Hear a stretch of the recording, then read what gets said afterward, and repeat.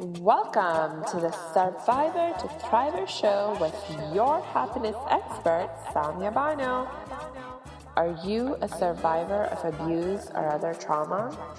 Are you tired of feeling stuck, silent, and stressed all the time? This is the podcast people from all over the world join in to learn exactly how to stop suffering and start living with more inner peace and joy. Are you ready to eliminate suffering from your life and transform from a survivor to thriver? Then congratulations, you are in the right place. Let's get started. Hey, welcome back to the Survivor to Thriver show. Yesterday was Valentine's Day, which is a holiday that is meant to celebrate love.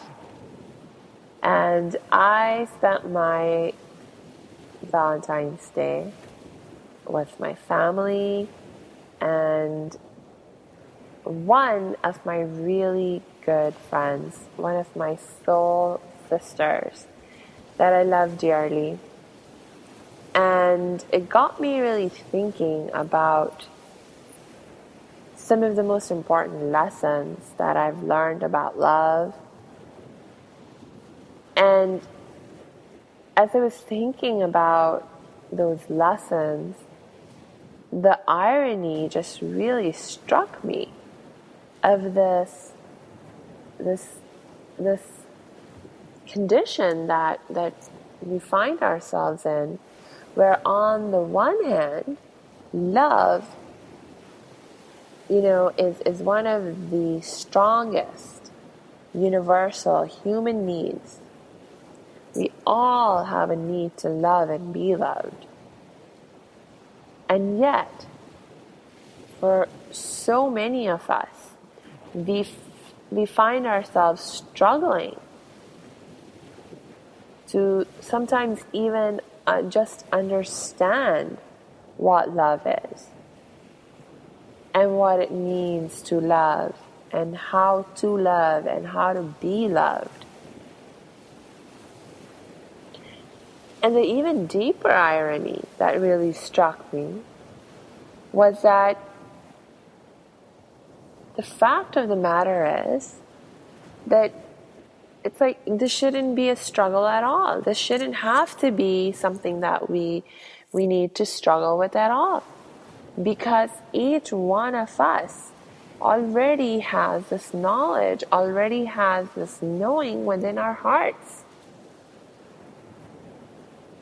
Your heart, my heart, our hearts already know exactly what love is, exactly how to love, exactly how to be loved.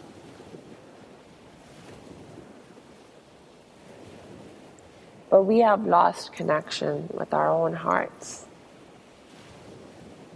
And so we have lost our knowing, our connection with this knowing of how to love and be loved.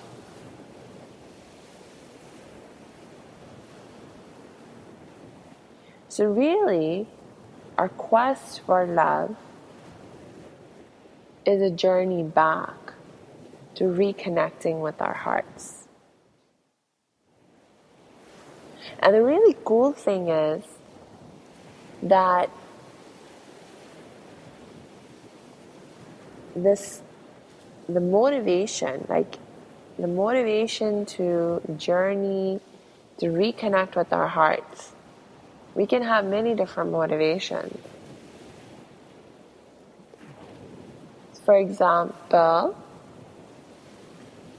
in my case, although at that, I didn't think about it in these terms, my quest in life, my life became focused on my need for inner peace. And my life became a journey to find inner peace for myself. And actually, what I discovered is that our heart is our source of inner peace. And it's also our source of joy and happiness. And it's also our source of love. So when we journey back towards connecting with our hearts and living life connected through our hearts and being guided in our decisions and in our actions by our hearts, that is when we find true love and peace and joy and happiness in our lives.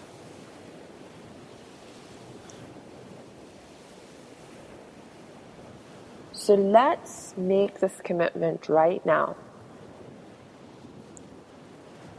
to learn how to reconnect with our hearts. Whether it's because you desire love, more love in your life, or whether it's because you desire more peace or joy or happiness, the key is to connect with your heart.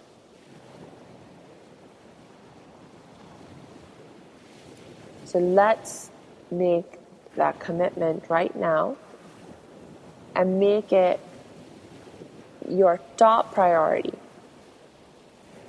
Your top priority, or at least one of your topmost priorities, to be on this journey.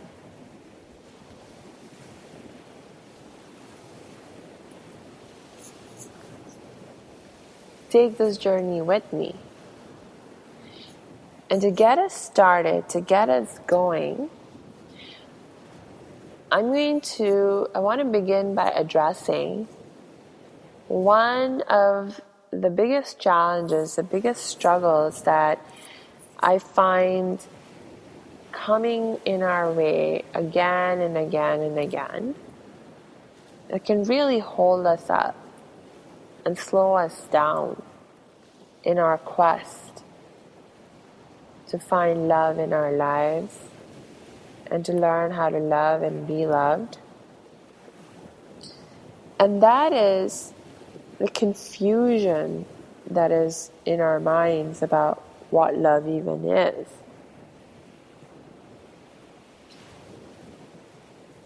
And as I was thinking about how to sort of frame this discussion with you, I was reminded of an episode of the Mahabharata that I was watching last year. For those of you who don't know, the Mahabharata is one of the great epics of Hindu mythology. And of course it's a great story, but like all stories contained within our spiritual scriptures, within the spiritual traditions, faith traditions, these stories are not just told for entertainment.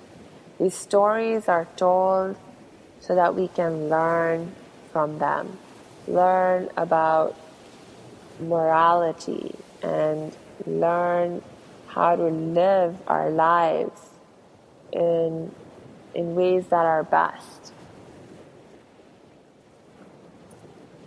And in this particular episode of the Mahabharata, the character of God Krishna was giving a teaching about love that I thought was really beautifully framed. It wasn't that anything he said was like completely new knowledge or information for me, but I just thought that the way it was expressed was really beautifully done. Very succinct, simple, and yet very, very profound. So let me just kind of give you what he said And then what we will do over the next episode or the next few episodes is we will begin to parse through each aspect of the teaching and delve more deeply into its understanding.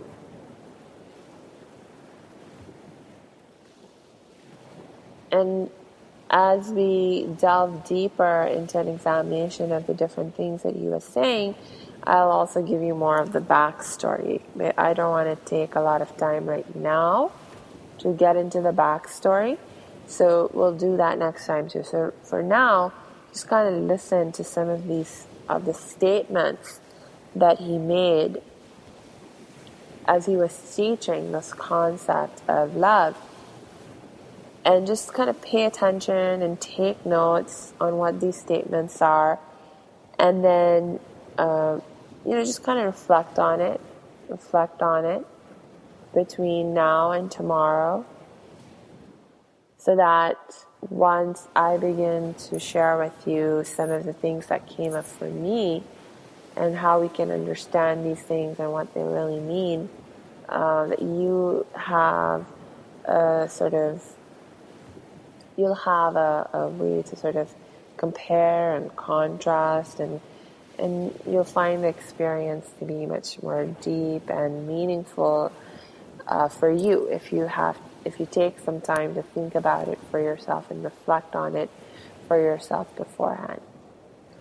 Okay, so ready?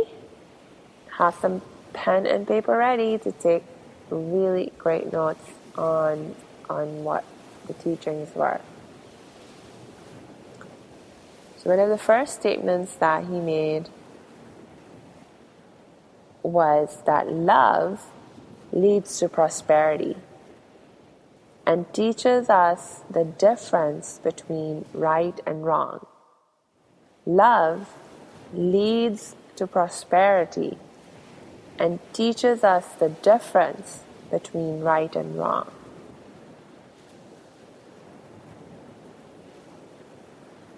Another teaching, or another part of the teaching, was that another character, challenged him and asked him this question of, what is the difference between love and attachment? Because this other character was of the opinion and expressing the opinion that attachment is born out of love.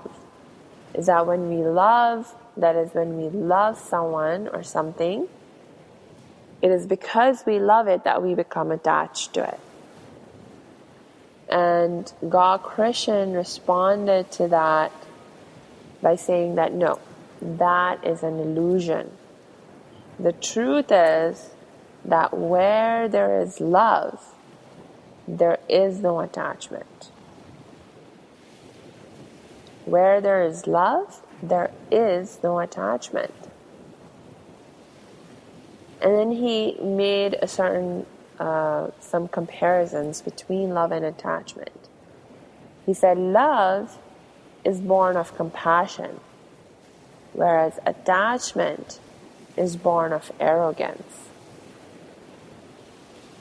So love will say, God will give all the world's happiness to my love. Whereas attachment will say, I will give all the world's happiness to my love. Love will say, I'm proud of the one I love. Attachment will say, I want the one I love to be proud of me. Love leads to liberation, but attachment binds us. Love is righteousness. Attachment is unrighteousness.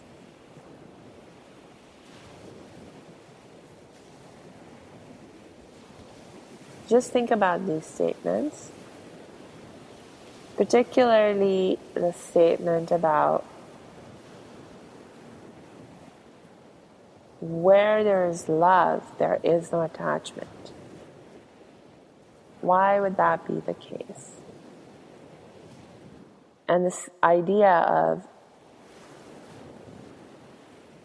one of the fundamental differences between love and attachment is that love is born of compassion, whereas attachment is born of arrogance. So think about these, and until we connect tomorrow, if you want to shower me with some love, just head on over to iTunes and leave this show a 5-star rating. And if you have an extra minute, go ahead and leave a review along with that 5-star rating. You know I love to hear from you. All right, so until we connect tomorrow, I wish you lots of love and light.